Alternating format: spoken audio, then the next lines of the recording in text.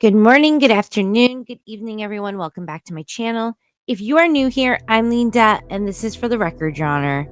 So on my channel, we cover a bunch of different topics, and sometimes we cover lawsuits. And I never thought in a million years I would be covering a lawsuit regarding Supercross. But here we are, and it's Supercross season, so you are seeing on my feed a lot of Supercross coverage. Now, I have previously put out a mock trial video regarding the complaint.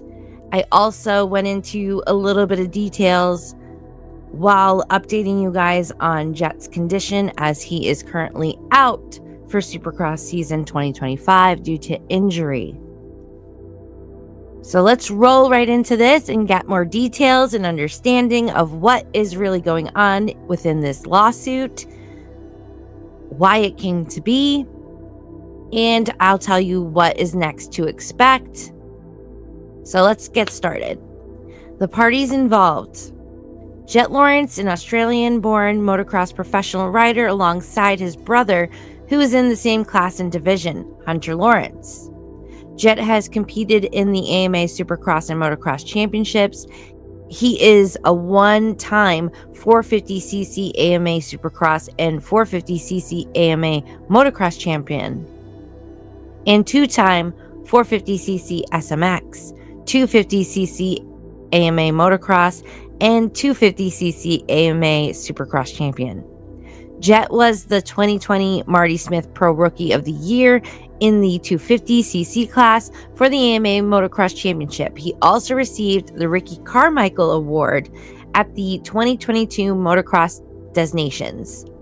Hunter has competed in Motocross World Championships from 2017 to 2018 and the AMA Supercross and Motocross Championships since 2019. He is a one-time AMA Supercross 250cc East and 250cc AMA Motocross champion. Both citizens of the state of Florida, so they are residents in Pasco County, where they are local to areas not only where they reside with family, but also where they tend to train at times. When entering the Supercross sport here in the States, the brother and their father had been connected to a man named Lucas Mirtl. Lucas was officially their sports agent for at least about 7 years, till they had decided to cut ties and set him out, ending their professional and personal relationship around January 23rd of 2025 this year. This came to be as we have been discussing the lawsuit that has shocked the motorsport community. Happy Supercross! Make sure you get her a pup cup!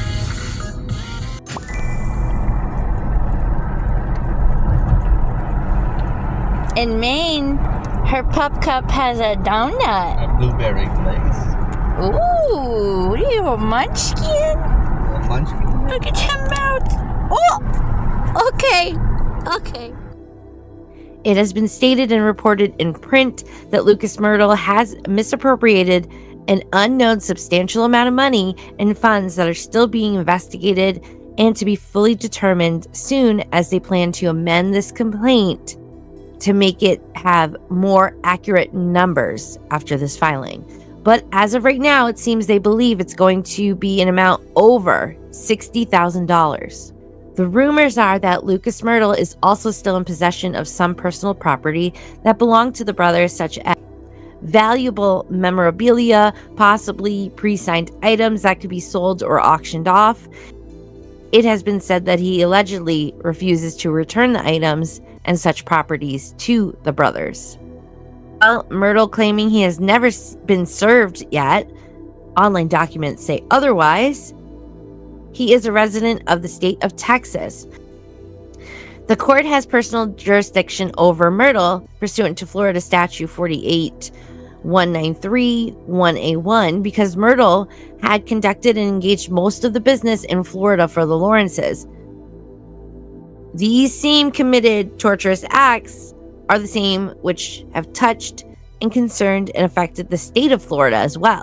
This may suggest things like things were moved around or taken out so much, there may be also some alleged tax issues as well.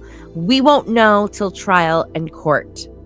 This venue is where the complaint and lawsuit have been filed, as it is proper for a court to conduct and pursue action in and against Lucas, as again, the Lawrence brothers reside in this district, and so does some of their businesses and ventures underlying the brothers' claims that this action occurred mostly in Florida, and a crime must be reported and handled in the state and area the crime was to have been committed. Now remember, this is a sport that they travel constantly, so most of their business is not really done on the road. It's considerably where they reside or where their office is. In the future, an amended complaint and suit is where I am sure they will be eventually naming other parties in details who will be defendants. They made it pretty clear in their statements that anyone who did the same, helped, or knew about Lucas's alleged actions will go down with him and pay the price. So far, the allegations were unauthorized and misuse of funds from the brothers' Wells Fargo account, unauthorized and inappropriate misuse of funds that were made into divorce payment wire transfers. These accusations have been held up with receipts of transfers that were made in August and December of 2024, multiple times. We then had information brought forward that there were purchases of motorhomes without consent or permission, and the best part is it was not even for Lucas himself or the Honda HRC riders. It was to shelter 2 other motorsports riders in Belgium for MXGP purposes. There is a wire transfer in evidence that shows $45,000 was sent to BNP Paribas Fortis beneficiary Paul Sannon on the purchase date of November 4th, 2024. There is a wire transfer in evidence that shows this. This is very bizarre and kind of telling that this is all happening or has happened around the holidays. This could be he knew what he was doing and figured many wouldn't notice due to big holiday spending and needed the money desperately for his divorce and figured he's solid with his position and employment, so he'll make the money and put it back. That's what bank loans are for, my friends, not your clients' accounts. Those are not your personal accounts for your own banking decisions. If your name is not the name on the account, or it's not your social on the account, then don't touch it. And obviously, only have access to it or do anything with it if you have the authority, as if you're a guardian. Typically, most people have an accountant to help finances keep straight, and also to alert them whenever there seems to be something amiss. Apparently, these boys make so much money, they didn't even notice shit was missing till when someone obviously caught on.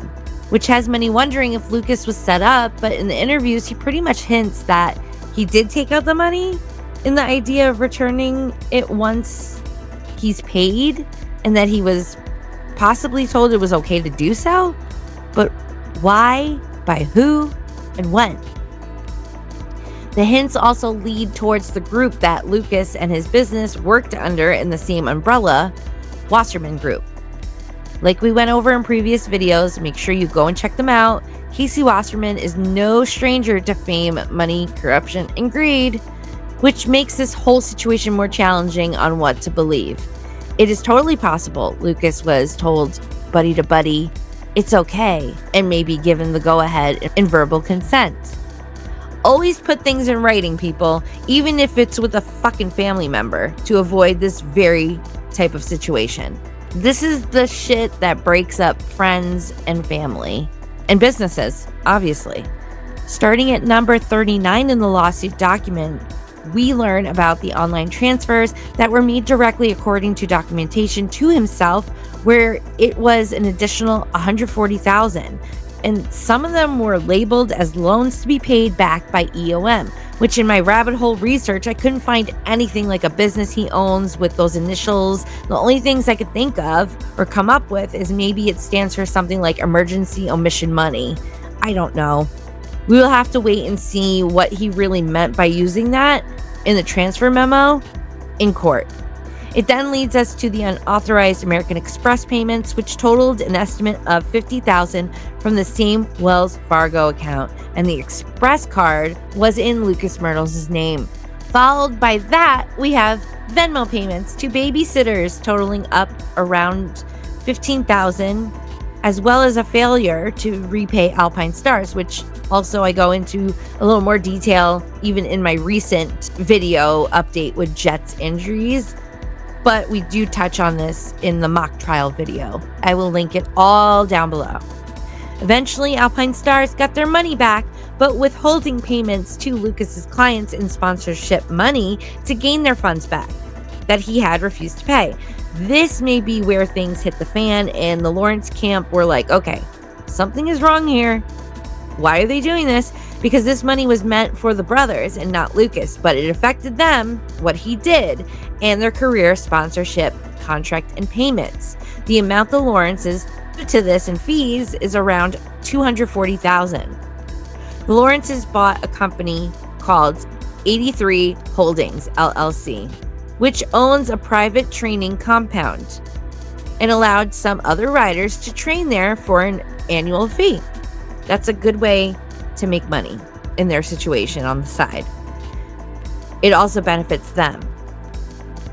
One of the riders, who is also managed by Mirtl, was late making a payment for the annual fee. Shockingly, Lucas offered to pay the fees that were due, and he did, but he did it with Lawrence's own money. This was proven as the fees were paid into the 83 Holding LLC account from, yes, none other than that damn Wells Fargo account, meaning money was just moved from the same ownership to a different account.